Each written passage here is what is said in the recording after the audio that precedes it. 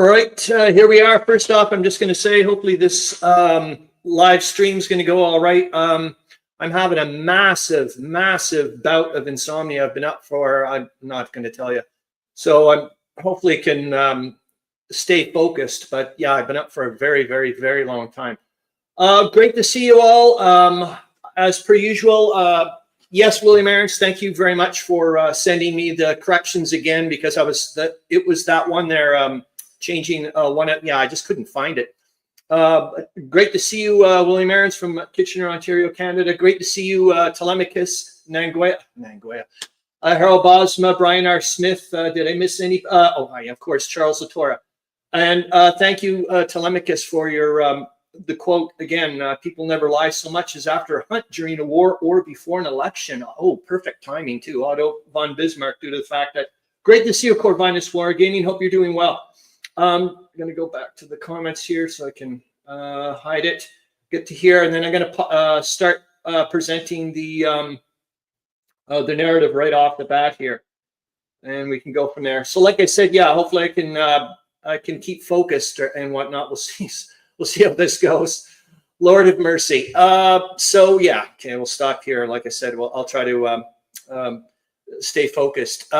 So here's the live stream, and I'm just putting in these things, and maybe it's going to pop, maybe because some of these things I don't know about, but it's just things that I spotted when I was reading this week and whatnot, and I just wanted to, or things that I found out when I was listening or watching or attending webinars, that type of stuff. So Lieutenant Commander John Myers was the Blackbeard of the Aegean. I think I mentioned a couple of weeks ago that I was, I think you can actually watch it on YouTube now. It's that the British Navy in the Eastern Mediterranean, and that they were actually getting Greek bandits. Ironically, it actually comes up this week in some of the articles. I think I posted one of them about the Turks bombarding an area where a lot of the bandits had been rendezvousing and getting supplies from the British and whatnot. But anyways, that's part of that. Going down here a bit, I'm just going to make sure that I'm looking at the right stuff. Great to see you, Meandering Mike. Great to see you as well, Zoe Dufour. The problem is, Meandering Mike, I'm wide awake. So I don't know, like, it's just, I mean, I lie down and get rest, but my mind is, I mean, cognitively, I'm starting to go a little bit, but yeah, it's been weird.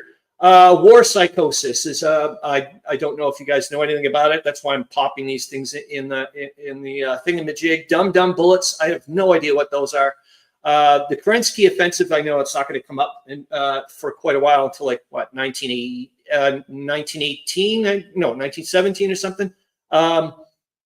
But I just found out that it was commanded by Brusilov, I think. And like I said here, I'm just throwing these things out. Maybe you guys know about some of these things, and you'll chime in and let us know. The Monroe Doctrine, it had something to do about the Americans and staying out of Europe or something like that, and the Europeans staying out of North America or something like this. But it was, that doctrine was like obviously a long, I think, pre-Civil War or something. Clausewitz and absolute war versus real war. Yet again, I'm not really know the differences, but I did pick up this book. I don't know if you can see it. Well, can you? No, you can't. But I did pick that book up this week. It's just the Holger Afflerbach book that I was telling you about there, that I just I got less than 100 pages left to read of that, on a knife edge. He keeps bringing the Clausewitz up time and time again. Actually, who he did bring up was Wolfgang Kapp, who I found out actually challenged Bethmann Holweg to a bloody duel. I was like, what the hell? The Grunwald Manifesto, yet again, this thing about German Middle Europa plan of 1915. Some guy named Captain David Kelly in 39 Months with the Tigers. I think that's his book. Lord Lansdowne and the Peace Party. He was really advocating stuff. Oh, I'm going to pop your thing on here so people can see what it is. Dum-Dum were hollow point bullets banned by the Hague Convention in 1899 because of the wounds they caused. Okay, wild. Thank you very much for that. And 5 people 5 people per second. I'll have to go and look it up again, but I think that's the right number if I calculated it. But that's, I think, the amount of British soldiers that were killed each second in the first hour of the Battle of the Somme. I was like, holy Jesus, Murphy. And then please let me know what you guys have been playing this week. I know this is a rather big question, but I was like, it's just because, yet again, that bloody book. It just, there were so many offers for peace back and forth during like 1916, 17, even 1918, for goodness sakes. And it just, as we know, it just never happened. I find it, what I do actually find it rather interesting. Well, you guys can read the question yourself. Is in a weird way, I'm not sure if you look at it this way, but I find 1823 was a start. Thank you very much, Mandarin Mike. I'll pop your thing in here too, then so people can see it. Yeah, it's that was an interesting thing to find out about the Monroe Doctrine. Anyways, I find it interesting that it almost seems like perhaps, oh, I don't know if you can see it, but where's my 37 days thing? Oh, there, it's up there. I don't know if you can see it. Yeah. That was because WNN had mentioned it last week on my impromptu spontaneous live stream that I did. I have Path of Glory set up. Oh, excellent. I'm going to pop your thing here. Harabasma. Like I said, I'm going to try to do the best I can for this live stream, but my mind is just all over the place. Charles Latorre says, and I can read it over here, my back table looking at S&T Decision Games issue 159, Zeppelin. Excellent. The first battle. Oh, that'd be nice. It's interesting. Well, the 37 days thing, the BBC thing, and that's, well, the 37 days leading up to, I guess, England declaring war.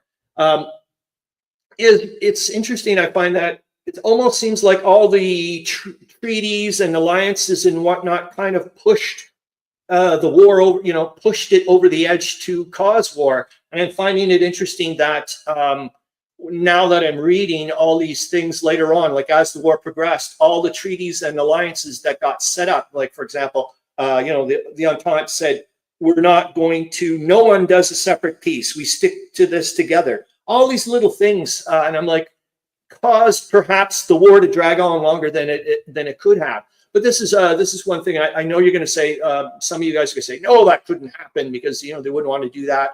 But there was a legitimate thing where some of the Germans were actually saying, hey, why don't we just take the territory that we gained in Eastern Europe from the Treaty of Brest-Litovsk, and that will offset us giving back Alsace-Lorraine and Belgium. And that was going to kind of be their trump card. They were going to throw that out publicly, and that would cause the Entente, that were constantly not wanting to talk about a compromised peace, that perhaps could have flipped it over, because the public would have said, excuse me, what the hell? I just thought that's why I brought it out. So last week, as we know, it was 1917, the Jugla Riga offensive. I'll pop in the what this one is this week, since I've got Jeremy here, and I'll pop it in here better so that way you guys can actually see it. It's number 57, 1917. I think only one person got it. The Battle of Mahiwa. It's in Germany, East Africa. As far as I know, it was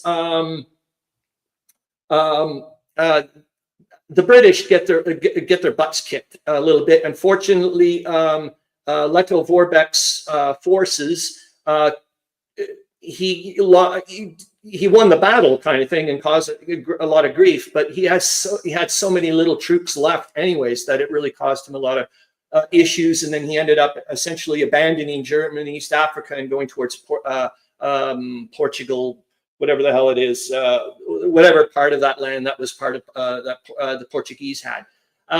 So there we go. There's the points. We're getting right down at the very end. Yeah, Telemachus, one thing I love about you, man, is you actually check your card. Nobody else does. I just think it's pretty neat. So there we go. And oh yeah, we're going to start off right off the bat with we're going to start off with the we did. I'll pop in the What Am I, and we'll start off with that, and then we're going to go off to Brian R. Smith's picture scans. And thank you very much, Brian R. Smith, for some of those. It was neat. Well, we'll see. I'll talk about them in a minute. So here's the first clue, and we'll see if you guys get it. And remember, for anybody around, all you have to do is just guess, and you get a point. So I became heir presumptive to my country's throne after my father and older brother renunciated. Who am I? Never going to go. And I'm going to start getting the, I'll get Brian R. Smith's pictures ready here. And I think I've actually popped your little stuff that you said in the email for, yeah, there we go. We'll see if this works. And I'm going to share the screen, stop that one. And I'm going to share, present the other thing. Nope. I'm going to present. There we go. All right. And I'm going to pop your, I think I've got your things in here. So we're just going to, I'm going to put in your stuff now. Well, maybe not. Let's see here. Workers, it illustrates. Oh, you don't really say much here. It's for that other stuff. There's the comments. Hold on here. I'm looking at here. George VI of England. You're incorrect, Charles Latour, but you're certainly going to get a point. Hold on here. I just got to pop your little thingamajig in here. And Corvinus Wargaming says Emperor Karl of Austria. Oh boy, you're incorrect, but you're getting a point. Hold on here. I got to look for your thing. Where are you? Oh yeah, you're way up there. Holy smokes. That's right, because you kept nailing some right off the bat. So here's, well, obviously you guys can see it's Field Marshal von Mackensen leaving the church at Bucharest. He's the guy on the left, obviously, not this dude. No, is that von Sept? I wonder if that's his second in command. Darn it. I'll have to go and find out because that would make sense. Anyway, so we're going to go to the next one, and I'll put this a little bit bigger. And that's it. And there's well, we'll read it. Falkenhayn, well, is victorious in Romania. So there you are right there. And that's him. Remember getting Otto von Titslinger. Jesus, Murphy. Oh my God, Meandering Mike, you're getting a point. So we'll stop there. I'm going to pop in another clue. Oh, bloody hell. Here we go. Here's the next one. I was born in southwestern Germany. Who am I? So there you go. And I'm going to go to the next question, pictures. This freaked me right out, Brian R. Smith.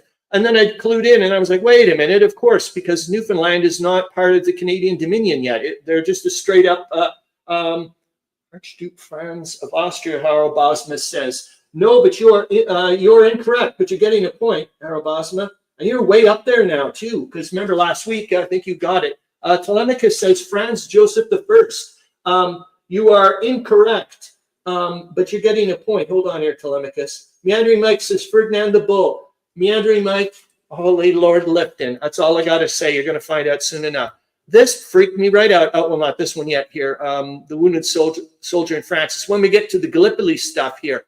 Is this it here? Yeah, Newfoundlanders in the trenches at Gallipoli. Nobody in the front lines ever expected to leave the peninsula alive. And I was like, wait a minute. What the hell's going on here? What are Canadians doing in Gallipoli? I'm like, well, they're not Canadians yet, Chris. Not to what, 1947 or something crazy. So I was like, wow. Hold on, I got to make sure you guys can see it better. I'm checking. Corvinus Wargaming, you're getting it. First of all, yes, you got it. That's yeah, you're gonna get it. We'll talk. Well, I'll pop your thing on your. Hold on here. So did I show it? Oh, I've got to I'll hide the banner first.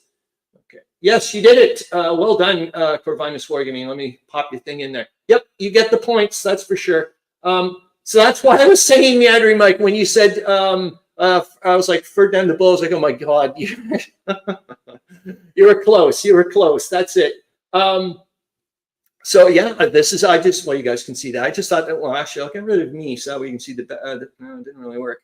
I thought maybe it would be a bit better there. Yeah, that was quite neat to see this. That there's Newfoundlanders in Gallipoli. I was like, holy smokes! Yeah, we'll get to the rest of the quiz thingamabobs maybe. Yeah, and this is it. And now I can get to your stuff here that you had. It looks like oh, here we go. The Verdun munitions plant photo is interesting to me. This is Brian R. Smith saying it. Yeah, and it is. Look at that. And this is the neat thing. This is in Canada. Well, as you can see, Verdun, Quebec. And this is just continuing on with what Brian R. Smith popped in here. I just wanted to make sure. It looks like all the workers are women with a few male supervisors in suits walking the floor. Yeah, I've seen that before. It's pretty freaky. Yeah, with some other munitions things. Illustrates the mass entry of women into the labor market during the war in Canada, changing domestic society forever. Yep, and let's talk about that quickly. I think, I'm not sure if I mentioned it last week, but I'm not saying it was that there women in the workforce was not important. It was, obviously, but as you can see, that's where a significant portion of the women went. Not to go and replace the men in the normal factories and whatnot. So there was still monster shortages of things being made, like normal things being made, because as you know, the government, everything, society is getting focused towards just doing war stuff. So that's where the significant portion of the women actually went to, is like munitions things. So thanks a lot for that, Brian R. Smith. Pop your thing here. I grew up not far from Verdun, Quebec, and I know exactly where this plant was located. That is so cool. And then I'm going to pop your last thing here. The land was eventually redeveloped into housing units, but I recall in my youth doing this, going to this factory, which was repurposed as a clothing outlet in the early 60s. Wild. Oops. Okay, so that's it. And then we're going to go back to stop the screen so I can go back to the hide that, go to the comments, and yeah, well done, Corvinus Wargaming. And I'm going to go back to the narrative here, and we'll see what we can get to. I certainly hope to God that we can get to this, the cool video. The Grog Shed Vimy Ridge thing, it's, I'll pop it in the, well, it is in the links. It's a YouTube video he found. I have not watched it, but he was like, hey, Chris, I thought maybe you'd be interested. I'm like, of course, I'm going to also share it with you guys. This is what we're going to get to next. And I was talking with Meandering Mike about this. I'm supposed to be embedding this this material, like the video of the week. I don't know how to do it yet, but so we're obviously I'm going to go straight to the. It's quite an interesting video. And like I said, I'm trying to always find a small one, so we're going to go to that right off the bat. Well, then I got to get to the into the links. Yeah, so I'm supposed to pop that in, embed it. Yeah, I'll have to figure that out. But as far as I know, as long as I show you the full thing and I'm not taking credit for it, for goodness sakes, that should be okay, I'm hoping. We'll see. We'll see. All right. And we're there, and stop this. And then I'm going to go to present the screen. There we go. And I'm going to get rid of me. And yeah, see, it says something about use the video. I'm supposed to pop this in the thing of a jig. No, it's not happening. So I'll just be quiet. As you can see, it's only a minute long. It's really neat to watch, or at least I found it interesting to watch. And it's one of those old model planes. They're the ones that were still using that. They weren't using ailerons yet. You know, they were actually twisting the wings. It's still freaky. Yeah, there looks like there's an aileron there. Look, there's something fishy going on up on that top wing. That's not okay. That's not okay. That's a different Tobe, because it's certainly the Tobe's a monoplane. This is a biplane. So maybe that person on the news thing is wrong, because that's not. I'll have to look that up. But as far as I know, that's the only Tobe that plane that had it. So this is wrong. That news thing is wrong. I don't know what looks like oh darn it, a false, I think. Anyways, that's it. I wanted to stop that, but that's certainly not a Tobe. Okay, and then we're going to go to. I'm going to show you this first. We'll get to things one at a time here. So there's the. Yep, you guys can see that. Oops.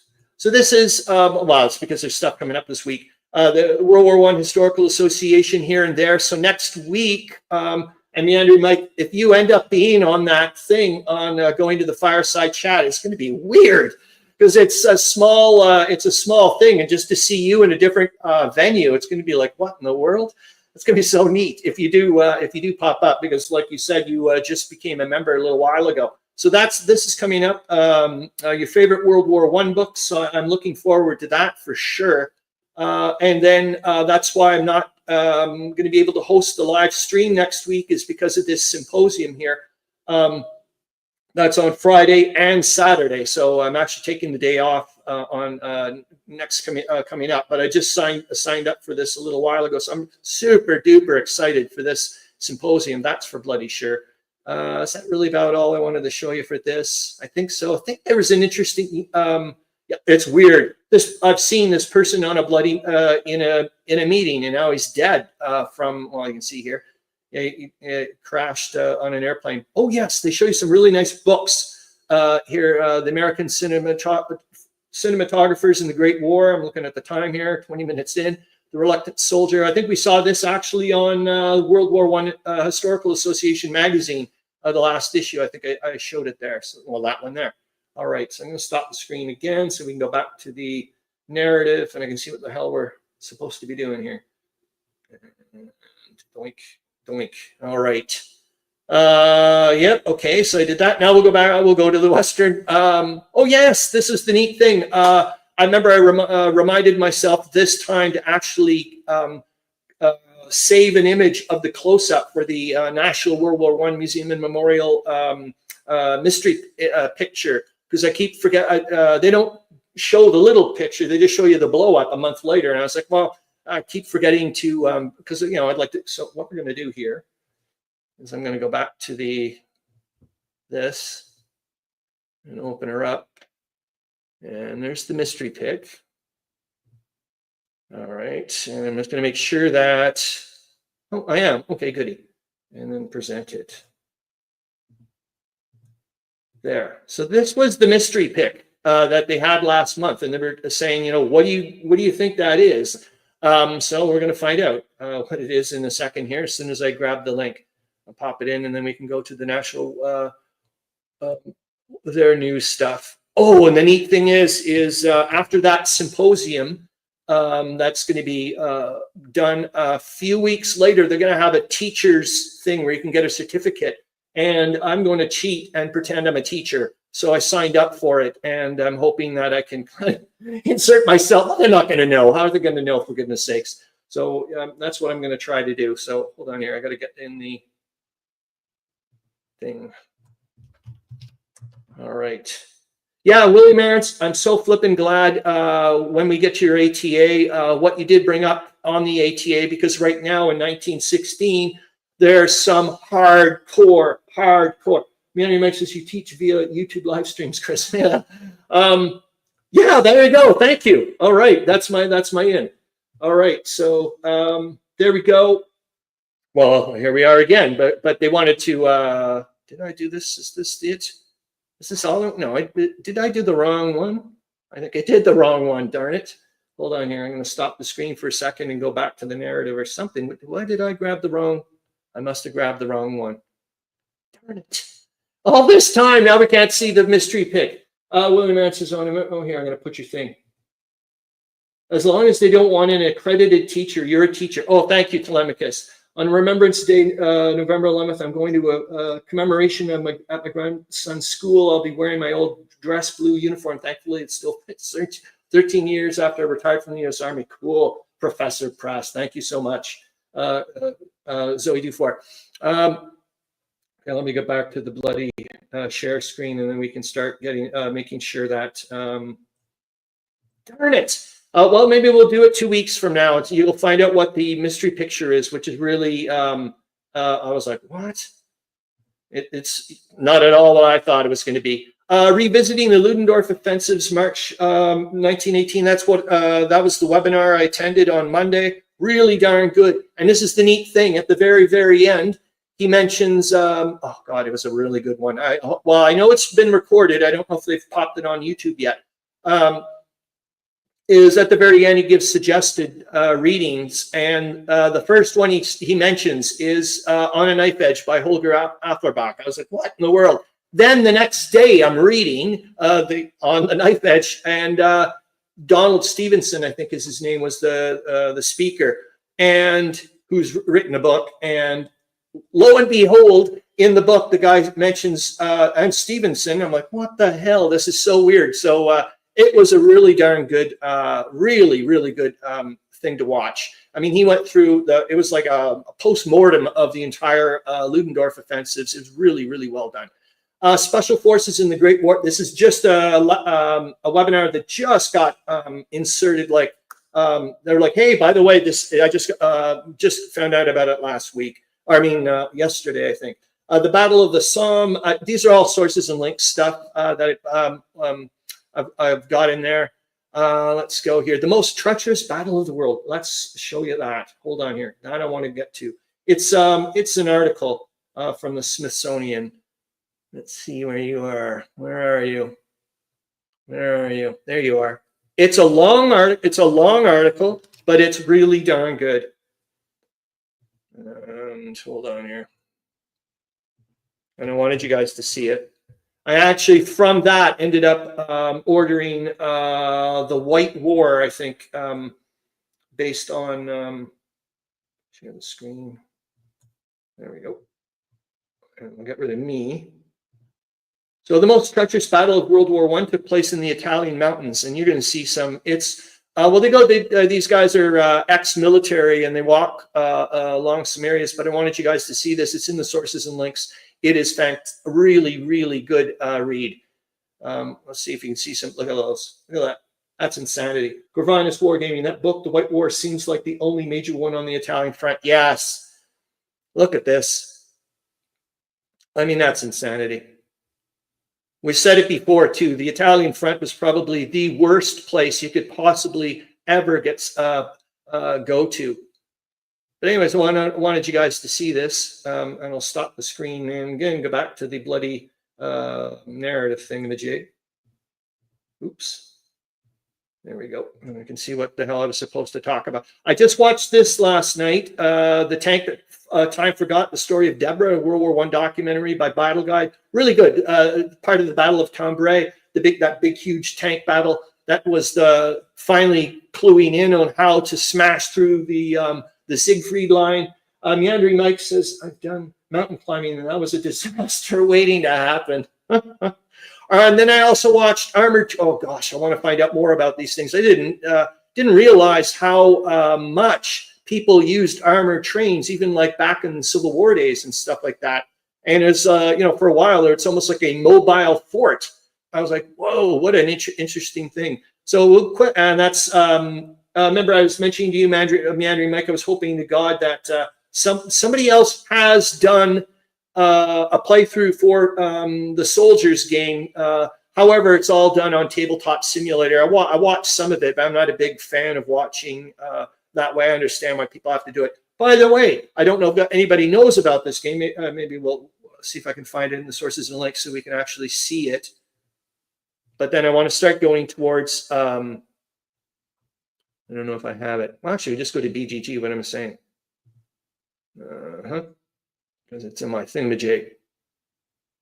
Hold on here. Sounds like, unless it's there, we are. All right. This game. So there is a third game, about German East Africa and whatnot. So why didn't it show? Nope. Present. Share the screen. Where are you?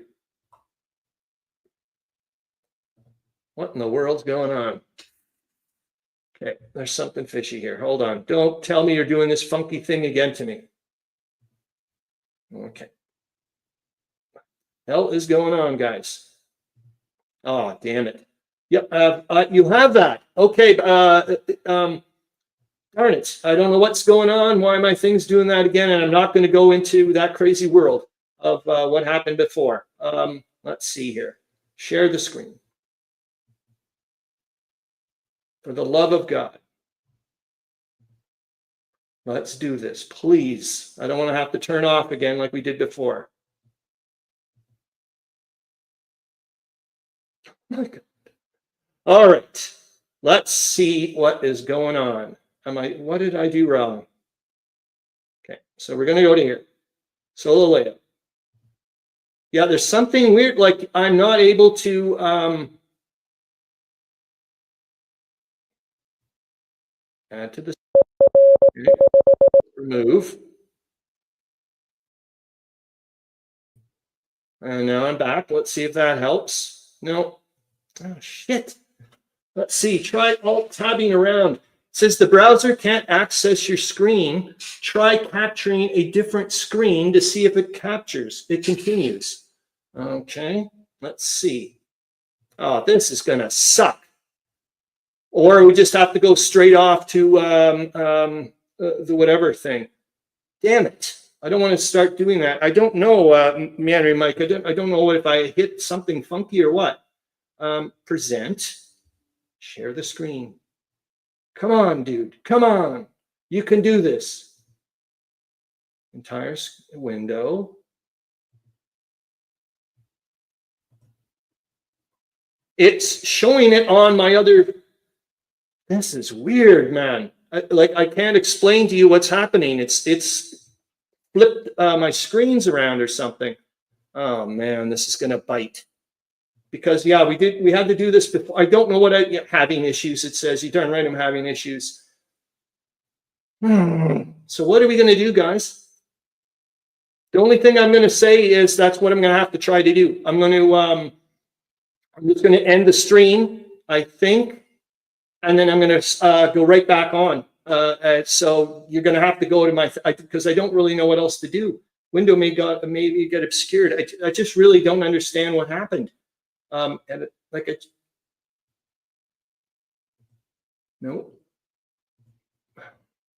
I just don't understand what in the world happened. It's bizarre. Okay, so that's what I'm going to have to try to do. So we'll see what happens if you guys pop back on. We could click counters and drink whiskey like our wolf does. Well, I just don't even know if it'll show you that. Oh my God, it shows you that. Jeepers jumping. It's cinema layout. No, I don't want cinema layout. I want shift. No. Yep, I'm going to have to do that, guys. See you in a bit, I hope. Oops.